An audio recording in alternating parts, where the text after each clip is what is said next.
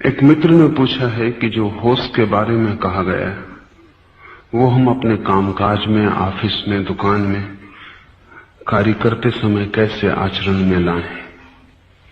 होश में रहने पर ध्यान जाए तो काम कैसे हो। काम में होते हुए होश का क्या स्थान और साधना हो सकती है। दो तीन बातें ख्याल में लेनी चाहिए। एक, होश कोई अलग प्रक्रिया नहीं है। आप भोजन कर रहे हैं तो होश कोई अलग प्रक्रिया नहीं है कि भोजन करने में बाधा डाले। जैसे मैं आपसे कहूं कि भोजन करें और दौड़ें, तो दोनों में से एक ही हो सकेगा, दौड़ना या भोजन करना। आपसे मैं कहूं कि दफ्तर जाएं तब सोएं, तो दोनों में एक ही हो सकेगा, सोएं या दफ्तर जाएं। होश कोई प्रतियोगी प्रक्रिया नहीं है। भोजन कर सकते हैं होश रखते हुए या बेहोशी में। होश भोजन की करने में बाधा नहीं बनेगा। होश का अर्थ इतना ही है कि भोजन करते समय मन कहीं और ना जाए, भोजन करने में ही हो। मन कहीं और चला जाए तो भोजन बेहोश हो जाएगा। आप भोजन कर रहे हैं और मन दफ्तर में चला गया। शरीर भोजन की टेबल पर, मन दफ्तर में है। तो ना तो दफ्तर में हैं आप क्योंकि वहां आप हैं नहीं, और ना भोजन की टेबल पर हैं आप क्योंकि मन वहां नहीं रहा। तो वो जो भोजन कर रहे हैं वो बेहोश है, आपके बिना हो रहा है। इस बेहोशी को तोड़ने की प्रक्रिया है होश। भोजन करते वक्त मन भोजन में ही हो, कहीं और ना जाए।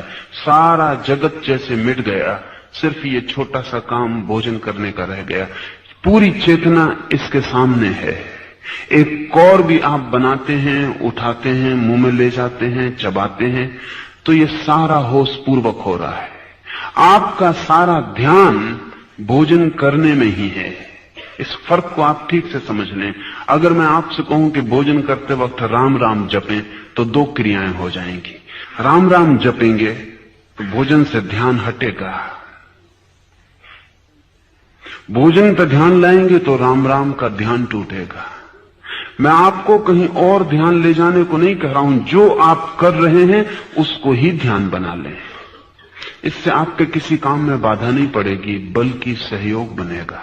क्योंकि जितने ध्यानपूर्वक काम किया जाए उतना कुशल हो जाता है। काम की कुशलता ध्यान पर निर्भर है।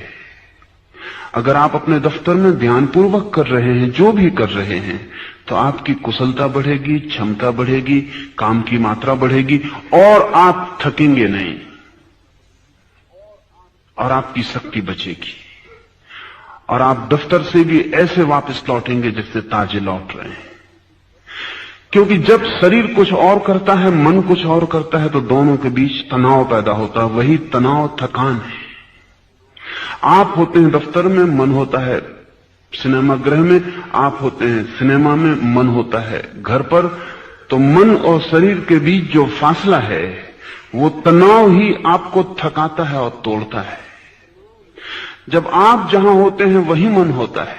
इसलिए आप देखें, जब आप कोई खेल खेल रहे होते हैं तो आप ताजे होकर लौटते हैं। खेल में शक्ति लगती है,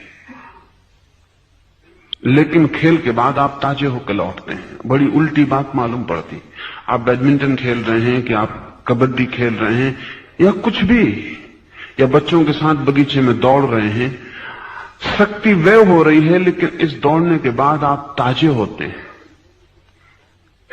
और यही काम अगर आपको करना पड़े तो आप थकते हैं। काम और खेल में एक ही फर्क है, खेल में पूरा ध्यान वही मौजूद होता है, काम में पूरा मौजूद नहीं होता। इसलिए अगर आप किसी को नौकरी पर रख लें खेलने के लिए, तो वो खेलने के बाद थक के जाएगा, क्योंकि वो फिर खेल नहीं है, काम है। और जो होशियार हैं वे अपने काम को भी खेल बना लेते हैं। खेल का मतलब यह है कि आप जो भी कर रहे हैं, इतने ध्यान, इतनी तल्लीनता, इतने आनंद से डूब के कर रहे हैं कि उस करने के बाहर कोई संसार नहीं बचा है। आप इस करने के बाहर ज्यादा ताजे सशक्त लौटेंगे और कुशलता बढ़ जाएगी। जो भी हम ध्यान से करते हैं उसकी कुशलता बढ़ जाती। लेकिन अनेक लोग ध्यान का मतलब समझते हैं जोर जबरदस्ती से की गई एकाग्रता, तो आप थक जाएंगे। अगर आप जबरदस्ती अपने को खींच के किसी काम पर मन को लगाते हैं तो आप थक जाएंगे। तब तो ये ध्यान भी एक काम हो गया। जो भी जबरदस्ती किया जाता है वो काम हो जाता है। ध्यान को भी आनंद समझें, इसको भी बेचैनी मत बनाएं। ये आपके सिर पे एक बोझ ना हो जाए कि मुझे ध्यान पूर्वक ही काम करना है। इसको चेष्टा और प्रयत्न का बोझ न दें, हल्के हल्के इसे विकसित होने दें, इसको सहारा दें।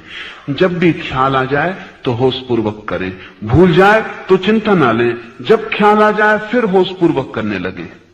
अगर आपने तय किया कि अब मैं काम अपना होश पूर्वक करूंगा तो आप कर पाएंगे आज ही, ऐसा नहीं है, वर्षों लग जाएंगे।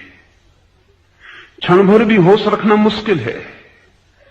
तय करेंगे कि होश पूर्वक चलूंगा, 2 कदम नहीं उठा पाएंगे और होश कहीं और चला जाएगा, कदम कहीं और चलने लगेंगे। उससे चिंतित ना हो, पश्चाताप ना करें। लाखों लाखों जीवन की आदत है बेहोशी की, इसलिए दुखी होने का कोई कारण नहीं है। हमने ही साधा है बेहोशी को, इसलिए किससे शिकायत करने जाएं। और परेशान होने से कुछ हल नहीं होता। जैसे ही ख्याल आ जाए कि पैर बेहोशी में चलने लगे, मेरा ध्यान कहीं और चला गया था, आनंद पूर्वक फिर ध्यान को ले आए। इसको पश्चाताप ना बनाएं, इससे मन में दुखी ना हो, इससे पीड़ित ना हो, इससे ऐसा ना समझें कि ये अपने से ना होगा, ये भी ना समझें कि मैं तो बहुत दीनहीन हूं, कमजोर हूं, मुझसे होने वाला नहीं है, होता होगा महावीर से, अपने बस की बात नहीं है। बिल्कुल ना सोचें, महावीर भी शुरू करते हैं तो ऐसा ही होगा। कोई भी शुरू करता है तो ऐसा ही होता है। महावीर इस यात्रा का अंत है, प्रारंभ पर वे भी आप जैसे हैं। अंत आपको दिखाई पड़ा है, महावीर के प्रारंभ का आपको कोई पता नहीं है। प्रारंभ में सभी के पैर डगमगाते हैं, छोटा बच्चा चलना शुरू करता है। अगर वो आपको देख ले चलता हुआ और सोचे कि ये अपने से ना होगा, आप भी ऐसे ही चले थे, आपने भी ऐसे कदम उठाए थे और गिरे थे, और 2 कदम उठाने के बाद बच्चा फिर चारों हाथ पैर से चलने लगता है सोच के कि ये अपने बस की बात नहीं। यह भूल ही जाता है कि 2 कदम से चलना था, फिर चारों से घिसकने लगता है। ठीक प्रमाद को तोड़ने में भी ऐसा ही होगा। 2 कदम आप होश में चलेंगे, फिर अचानक 4 हाथ पैर से बेहोशी में चलने लगेंगे। जैसी होश आ जाए फिर खड़े हो जाएं। चिंता मत लें इसकी कि बीच में होश क्यों खो गया। इस चिंता में समय और शक्ति खराब ना करें, तत्काल होश को फिर साधने लगे। अगर 24 घंटे में 24 क्षण भी होश सध जाए तो आप महावीर हो जाएंगे। काफी है, इतना भी बहुत है। इससे ज्यादा की आशा मत रखें, अपेक्षा भी मत करें। 24 घंटे में अगर 24 क्षणों को भी होश आ जाए तो बहुत है। धीरे धीरे क्षमता बढ़ती जाएगी। और वो जो बच्चा आज सोच रहा है कि अपने बस के बाहर है 2 पैर से चलना, एक दिन वो 2 पैर से चलेगा और कोई प्रयत्न नहीं करना पड़ेगा, कोई प्रयास नहीं रह जाएगा। तो ये ध्यान रख लें, ध्यान को काम नहीं बना लेना है। नहीं तो बहुत से धार्मिक लोग ध्यान को ऐसा काम बना लेते हैं कि उनके सिर पे पत्थर रखा है, उसकी वजह से उनका क्रोध बढ़ जाता है, क्योंकि जिससे भी बाधा पड़ जाती है उस पर वो क्रोधी हो जाते हैं। जो काम में उनका ध्यान नहीं टिकता वो उस काम को छोड़ के भागना चाहते हैं। जिनके कारण असुविधा होती है उनका त्याग करना चाहते हैं। ये सब क्रोध है, इस क्रोध से कोई हल नहीं होगा। साधक को चाहिए धैर्य, और तब दुकान भी जंगल जैसी सहयोगी हो जाती है। साधक को चाहिए अनंत प्रतीक्षा, और तब घर भी किसी भी आश्रम से महत्वपूर्ण हो जाता है। निर्भर करता है आपके भीतर के धैर्य, प्रतीक्षा और सतत सहज प्रयास पर। प्रयास तो करना ही होगा, लेकिन उस प्रयास को एक बोझिलता जो बनाएगा वो हार जाएगा। जीवन में जो भी महत्वपूर्ण है वो प्रतीक्षा से, सहजता से, बिना बोझ बनाए प्रयास से उपलब्ध होता है। सच तो यह है कि हम कोई भी चीज आज भी कर सकते हैं, लेकिन अधैर्य ही हमारा बाधा बन जाता है।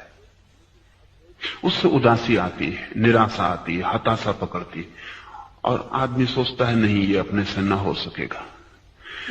ये जो बार बार हताशा पकड़ती है, ये अहंकार का लक्षण है। आप अपने से बहुत अपेक्षा कर लेते हैं पहले ही, फिर उतनी पूरी नहीं होती। वो अपेक्षा आपका अहंकार है। एक क्षण भी हो सधता है तो बहुत है। एक क्षण जो सधता है, कल 2 क्षण भी सध जाएगा। और ध्यान रहे, एक क्षण से ज्यादा तो आदमी के हाथ में कभी होता नहीं। 2 क्षण तो किसी को इकट्ठे मिलते नहीं, इसलिए 2 क्षण की चिंता भी क्या। जब भी आपके हाथ में समय आता है, एक ही क्षण आता है। अगर आप एक क्षण में होश साध सकते हैं तो समस्त जीवन में होश सध सकता है। इसका बीज आपके पास, एक ही क्षण तो मिलता है हमेशा, और एक क्षण का होश साधने की क्षमता आप में है।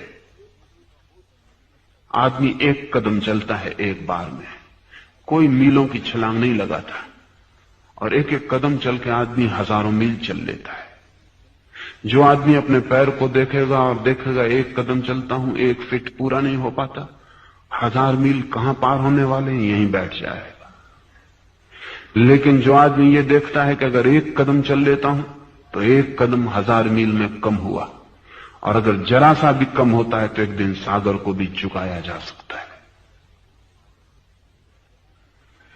फिर कुछ भी अड़चन नहीं है। इतना चल लेता हूं तो 1000 मील भी चल लूंगा, 10,000 मील भी चल लूंगा। लाओ त्से ने कहा है, पहले कदम को उठाने में जो समर्थ हो गया, अंतिम बहुत दूर नहीं है, कितना ही दूर हो। जिसने पहला उठा लिया वो अंतिम भी उठा लेगा। पहले में ही अड़चन है, अंतिम में अड़चन नहीं है। जो पहले पर ही थक के बैठ गया, निश्चित ही वो अंतिम नहीं उठा पाता है। पहला कदम आधी यात्रा है, चाहे यात्रा कितनी ही बड़ी क्यों ना हो। जिसने पहले कदम के रहस्य को समझ लिया, वो चलने की तरकीब समझ गया, विज्ञान समझ गया। एक एक कदम उठाए जाना है, एक एक पल को प्रमाद से मुक्त करते जाना है। जो भी करते हो होशपूर्वक करें। होश अलग काम नहीं है, उस काम को ही ध्यान बना लें। महावीर और बुद्ध इस मामले में अनूठे हैं। दुनिया में और जो साधन पद्धतियां हैं, वे सब ध्यान को अलग काम बनाती हैं। वे कहती हैं रास्ते पे चलो तो राम को स्मरण करते रहो।